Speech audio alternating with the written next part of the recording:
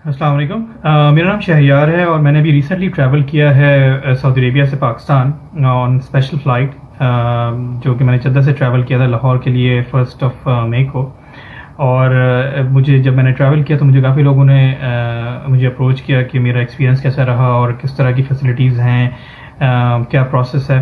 तो मैंने सोचा कि मैं एक वीलॉग बना देता हूँ ताकि एक वाइडर ऑडियंस को पता चल सके कि क्या प्रोसेस है, स्पेशली जो लोग सऊदी अरेबिया से पाकिस्तान आना चाहते हैं। तो सबसे पहले तो उनको देखिए, इसमें डिफरेंट मरहले हैं कि एक तो पहले आपको टिकट किस तरह मिलेगी, उसके बाद आपने एयरपोर्ट किस तरह से जाना है, ड्यूरिंग फ़्लाइट क्या है फैसिलिटीज़, और एयरपोर्ट अराइवल जब यहाँ पे होता है पाकिस्तान में तो उसके बाद क्या प्रोसेस है क्वारंटाइन का, टेस्टिंग फैसिलिटी। पाकिस्तान आना है तो सबसे आपको जो है वो covid.gov.pk जो वेबसाइट है उसमें जो शेड्यूल है फ़्लाइट्स की डिफरेंट शहरों से, जिसमें कुछ पीआईए हैं, कुछ दूसरी एयरलाइन, एटलीस्ट सऊदी अरेबिया से जो है वो सिर्फ अभी तक पीआईए की फ़्लाइट्स हैं जो पाकिस्तान आ रही हैं। दुबई वगैरह से शायद दूसरी कमर्शियल एयरलाइंस भी हैं जो कि ऑपरेट कर रही हैं। लेकिन मेरी जो डिस्कशन है वो बेसिकली मेरे एक्सपीरियंस पे बेस्ड है जो कि सऊदी अरेबिया से रिलेटेड है। तो अगर आपको सबसे पहले तो जो टिकट रजिस्ट्रेशन का जो प्रोसेस है, एक तो अपने आप को आपने जो सऊदी अरेबिया की औदा सर्विस है वहाँ पे रजिस्टर करना है। दूसरी चीज़ ये जो कॉन्सुलेट ने अपने वेबसाइट पे एक लिंक दिया हुआ है रजिस्ट्रेशन का, आपने उस पे अपने आप को रजिस्टर करना है। और फिर उसके बाद तीसरी चीज़ ये है कि अगर आपके कोई ऑफ कोर्स जानने वाले हैं जो ऑलरेडी ट्रैवल कर चुके हैं या जो कॉन्सुलेट में अगर किसी को जानते हैं, क्योंकि अगर अंग्रेज़ी में कहावत है कि it doesn't matter what you know, what matters is who you know. तो उर्दू आसान अल्फाज में कि अगर आप जो है आप क्या जानते हैं ये मैटर नहीं करता, आप किसको जानते हैं ये मैटर करता है। तो अगर आप किसी को जानते हैं, कोई रेफरेंस है, तो आपको उनके ज़रिए भी आपको मालूमात मिल सकती है। और चौथी चीज़ ये है कि आपको बड़ा कमिटेड होना पड़ेगा। अगर आप रियसली सीरियस हैं जाने के लिए तो आपको रेगुलरली कॉन्सुलेट विज़िट भी करना पड़ेगा, क्योंकि मैं जद्दा से आया हूँ तो मैं वहाँ की बात करूँगा। क्योंकि वहाँ पे अभी 2-3 चीज़ें हैं, जब से अभी कर्फ्यू टाइम्स में जो है वो रिलैक्सेशन आई है, तो जो लोगों को राशन चाहिए वो लोग भी पाकिस्तान कॉन्सुलेट वाले, जो अच्छी बात है, जो अच्छी चीज़ है वो अप्रिशिएट करनी चाहिए कि वो लोग ऑर्गेनाइज़ कर रहे हैं, जो हकदार हैं उनको राशन भी दे रहे हैं। फिर जो पासपोर्ट के सिलसिले में जा रहे हैं उनको भी फैसिलिटेट कर रहे हैं, और जो स्पेशल फ़्लाइट्स हैं तो उनको भी कर रहे हैं। तो लेकिन ये कि क्योंकि इतने सारे लोग जो हैं उनकी थोड़ी मिसमैनेजमेंट है अभी वहाँ पे, क्योंकि फिर वो ज़रा सोशल डिस्टेंसिंग सही से जो है वो प्रैक्टिस नहीं हो पाती जब इतने सारे लोग हों। तो इसको थोड़ा सा अगर वो स्ट्रीमलाइन कर लें तो काफ़ी बेहतर हो जाएगा।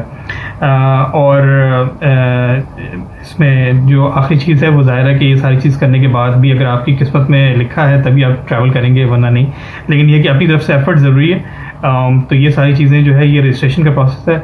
नॉर्मली होता है ये कि जब आप वहाँ जाकर रजिस्टर कर लेते हैं तो कुछ लोगों की जब हम गए थे तो उन्होंने पासपोर्ट भी ले लिए थे, तो नेक्स्ट डे उनको कॉल आई थी, जैसे मुझे भी कॉल आई थी कॉन्सुलेट से कि ये हमारी स्पेशल फ़्लाइट है, अगर आपने जाना है तो आके आप टिकट की पेमेंट करें। वो 1800 कुछ रियाल की इकॉनमी फ़्लाइट थी, तो वो उसके ज़रिए मैं लाहौर की मैंने टिकट बुक की। साथ ही साथ जो है ये तो है टिकट बुक करने का प्रोसेस।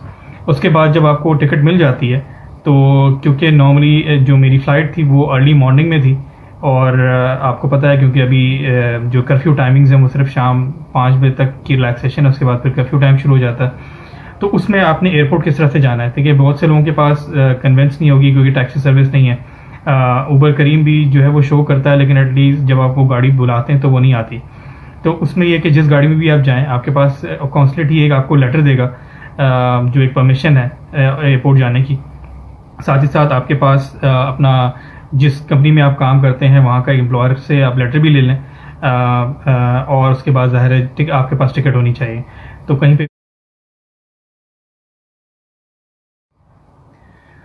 अच्छा, लाहौर एयरपोर्ट पे जो है वो सुबह 9 बजे अराइवल था। तो जब जहाज़ लैंड किया है तो उसके बाद भी हम जो पैसेंजर्स थे वो बड़ा स्लोली उनको मूव किया जा रहा था कि सोशल डिस्टेंसिंग का ख्याल करते हुए। और उन्होंने जैसे ही जहाँ से निकलते हैं तो वहाँ पे उन्होंने वो चेक पॉइंट लगाया हुआ था जहाँ पे वो सबका टेम्परेचर चेक कर रहे थे, और जो लोग क्लियर हो रहे थे वही लोग एक मतलब नेक्स्ट फेज़ में जा रहे थे, और अगर किसी को टेम्परेचर या कुछ था तो उनको पहले से आइडेंटिफाई कर ले रहे थे।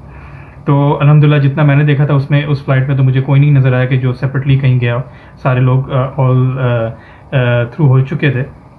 उसके बाद जब इमिग्रेशन पे भी उन्होंने वो येलो स्ट्रिप्स लगाई हुई थी जिसमें वही सोशल डिस्टेंसिंग का मार्क किया हुआ था। वहाँ से जब आप निकलते हैं आगे तो फिर जब आप अपना सामान ले लेते हैं उसके साथ ही एक राइट कॉर्नर पे जो है उन्होंने 2 डेस्क बनाए हुए हैं जहाँ से आप अपना क्वारंटाइन फैसिलिटी चूज़ करते हैं। तो आपके पास जो है वो है एक प्राइवेट है और एक गवर्नमेंट सर्विस है। तो गवर्नमेंट सर्विस जो फ्री ऑफ चार्ज है, प्राइवेट सर्विस जो है वो किसी भी आपको जो अवेलेबल होटल होगा उनके पास उनकी लिस्ट में उसमें वो आपको ऐड कर देंगे और वहाँ पे जो रूम के चार्जेस हैं वो 3000 रुपीज़ प्लस टैक्सेस हैं। और जहाँ तक मुझे पता है वहाँ पे एक रूम में मैक्सिमम 2 लोग रह सकते हैं।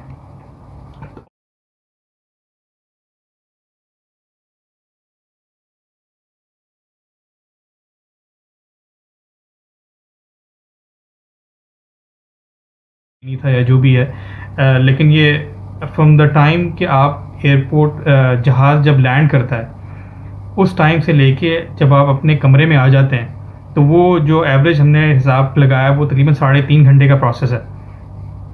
तो और जब होटल में आ जाते हैं तो वो फिर आपको बताते हैं कि जो है यहाँ पे आपको एटलीस्ट 48 आवर्स जो गवर्नमेंट का एसओपी है उसके हिसाब से 48 आवर्स के बाद आपका टेस्ट होता है कोरोना का। और फिर उसका जो रिपोर्ट है वो आने में तकरीबन 24 टू 72 आवर्स का टाइम लगता है। ये आपको इन्फॉर्मेशन दी जाती है। उसके बाद आप अपने जब रूम में चले जाते हैं तो फिर आपको इजाज़त नहीं होती कि आप अपने रूम से निकलें, क्योंकि यहाँ पे एक सिक्योरिटी गार्ड हर फ्लोर पर है जो सबको मेक श्योर कर रहा है कि कोई अपनी रूम से ना निकले। तो आपको जो भी चीज़ चाहिए फिर अब इसको इसी रूम में आपको दी जाएगी। खाने पीने की चीज़ें हैं जो भी हैं। जिस होटल में मैं ठहरा हुआ हूँ वो होटल 1 है।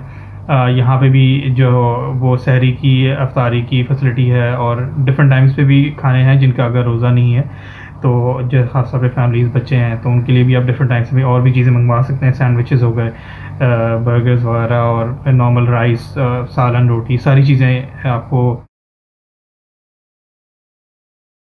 दोस्त आए हुए हैं वो अपने डिफरेंट रूम्स में हैं और हमें जो अब तक की इत्तला है वो यही है कि हमारा टेस्ट जो है 48 आवर्स, क्योंकि कल हमारा सुबह कंप्लीट होगा तो कल हमारा टेस्ट किया जाएगा आइडियली आफ्टर 48 आवर्स।